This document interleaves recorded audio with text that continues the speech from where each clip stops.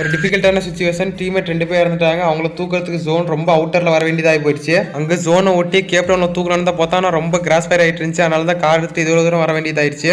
சும்மா இறந்துகிட்டே இருக்காங்க. நம்ம ஒரு வழியும் தூக்கிட வேண்டியதா இருக்கு. 2200 காயின் இருக்கு. சீக்கிரம் சாவு. ஒரு வழியா தூக்கியாச்சு.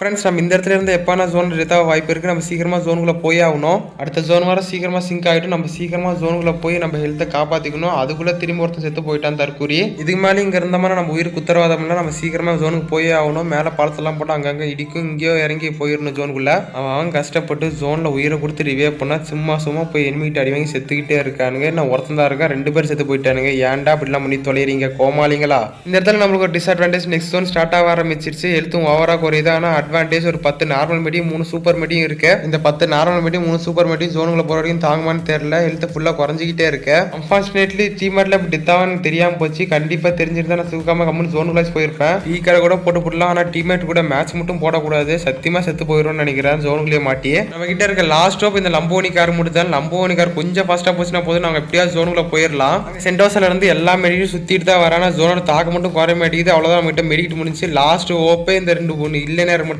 தான். கரீனா ப்ளீஸ் நான் மச்சி அவனும் நாக் ஆகிட்டான். அவ்வளோதான் நம்மளும் முடிய போகிறோம். முடிஞ்சிச்சு.